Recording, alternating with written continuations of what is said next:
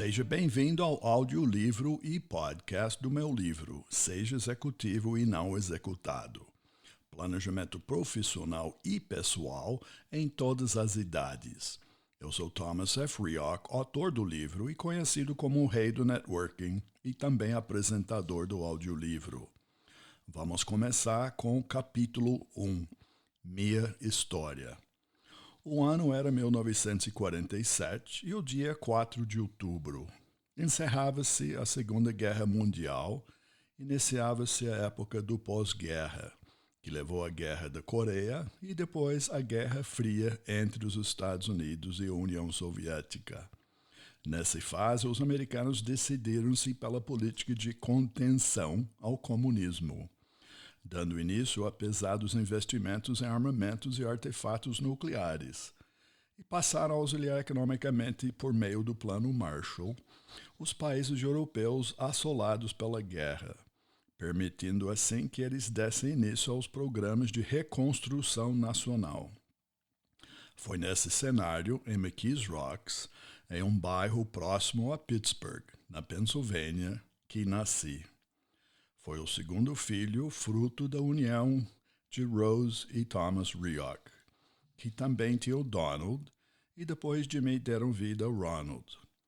Além de ter o mesmo nome do meu pai, foi batizado como Thomas Francis Rioch, em homenagem a São Francisco de Assis, porque nasci em seu dia. Sou o que chamam de Baby Boomer, ou seja, faço parte da geração que nasceu no pós-guerra e foi criado dentro de um período de desilusões marcadas pela crise econômica. Minha família presenciou a guerra e participou dela. E a maioria dos jovens foi convocada para integrar o exército. Enquanto meu pai foi para a Europa, meus tios, irmãos de minha mãe, descendentes de italianos, foram para o Pacífico. E os parentes do meu pai, que são descendentes de escoceses, seguiram para a Europa. Minha mãe, como a maioria das mulheres, foi empregada em uma fábrica que produzia armamentos. Depois da Segunda Guerra Mundial, meu pai conseguiu um emprego em uma usina de aço em Pittsburgh, onde alimentava um alto-forno no processo de fabricação de aço. Minha mãe, como muitas, perdeu seu emprego. Mas com a volta dos soldados da guerra, os empregos seguiram para os homens. Apesar do país não passar por uma fase pacífica, minha infância foi tranquila. Minha família era pobre, mas eu não sabia. A cidade onde cresci, totalmente industrializada, era conhecida por ser a cidade do aço, cercada por usinas e fábricas perto de onde morava, e aí havia muitos grupos de várias nacionalidades, italianos, poloneses, eslovacos, húngaros, entre outros. Mas apesar disso, o bairro onde morávamos era muito pobre e a vida absolutamente simples. As casas eram pequenas, o inverno muito rigoroso, com bairros violentos e muitas brigas. Não tínhamos brinquedos comprados, mas produzidos por nós mesmos. Brincávamos na rua e pedaços de madeiras, caixas de frutas transformavam-se em carrinhos de rolimã, estradas, tendas, casas. A grande brincadeira é encontrar caixa de papelão. Quando chovia, fazíamos represas e lagos na rua, que era de terra, e construímos barraquinhos de madeira para compor o lago. Usávamos a criatividade. Com 7 anos, iniciei meus estudos no St. Cyril, uma escola católica frequentada principalmente por poloneses, mais próximo à minha casa. A escola dos italianos era longe. Fiquei lá até 12 anos. Não era um bom aluno. As freiras eram bastante exigentes. Prezavam pela boa disciplina e eu mais falava do que prestava atenção. Uma matéria que me chamava a atenção era geografia, Porque meus colegas de classe vinham de países diferentes, eu tinha curiosidade em conhecer cada um. Não gostava da matemática, pois a freira castigava muito pelos erros, e até criei um bloqueio. Ainda criança, comecei a trabalhar. Tinha 8 anos quando, por indicação do meu irmão mais velho, passei a entregar jornal nas redondezas da minha casa. Saí da escola, pegava um vagãozinho repleto de jornais e seguia em direção à minha rota de entrega. Ganhava centavos, cerca de $2 por semana. E com o que arrecadava ia ao cinema, passeava. 2 anos depois, passei a abastecer, juntamente com o gerente de rota do bairro, os pontos de venda de jornais. Enquanto o gerente dirigia seu carro, eu corria entre o carro e as lojas, entregando os jornais. Porém, depois da guerra, muita gente se viu desempregada, inclusive meus pais.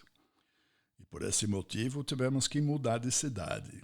Saímos de Pittsburgh em direção ao estado de Ohio, pois meu pai havia conseguido um emprego melhor como motorista de caminhão. Nesse período, passei por uma mudança brusca, principalmente pela transferência da escola. Em Pittsburgh, morava em um bairro violento onde as pessoas brigavam muito e não valorizavam a educação. Em Ohio, tudo era diferente. A casa era maior, a situação financeira da família melhorou e tive um choque comportamental e de hábitos.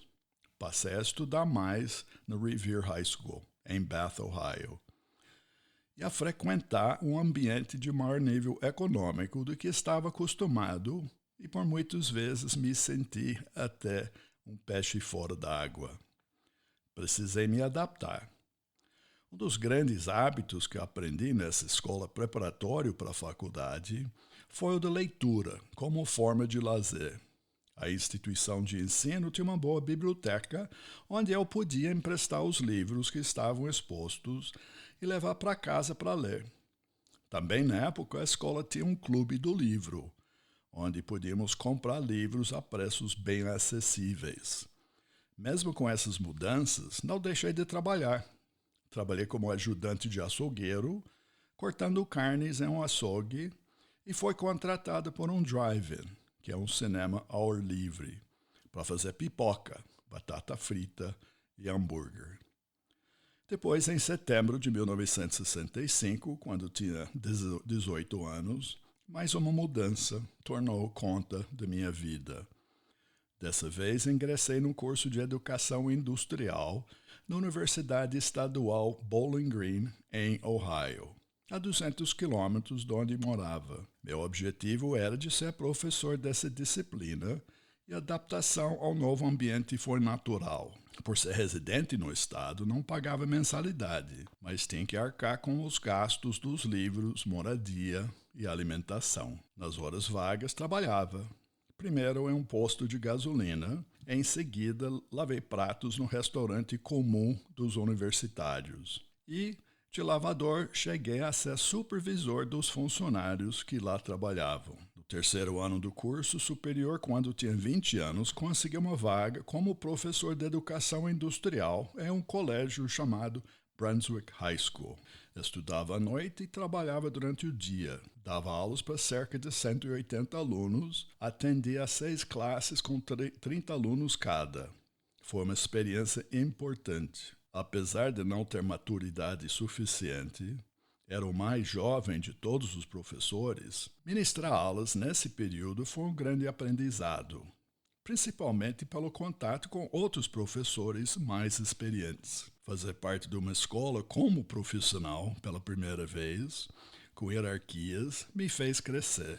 Lá também trabalhei como assistente treinador de futebol americano e ganhava um acréscimo no salário por isso. O contato com os alunos ficou mais próximo. Estava realizando quando me formei e continuei como professor por mais 2 anos. E então inicia minha história no Brasil. Aqui termina capítulo 1, parte 1, minha história. No próximo podcast do audiolivro Seja Executivo e Não Executado, começamos com o capítulo 1, parte 2, Um Americano no Brasil. Convido você a seguir o podcast no Spotify, Apple Podcast, Google Podcast ou na plataforma favorita para receber e ouvir o próximo capítulo do Seja Executivo e Não Executado. Mais informações e contato no meu site www.thomasrioch.com.br. Obrigado pela participação e até o próximo capítulo do livro Seja Executivo e Não Executado.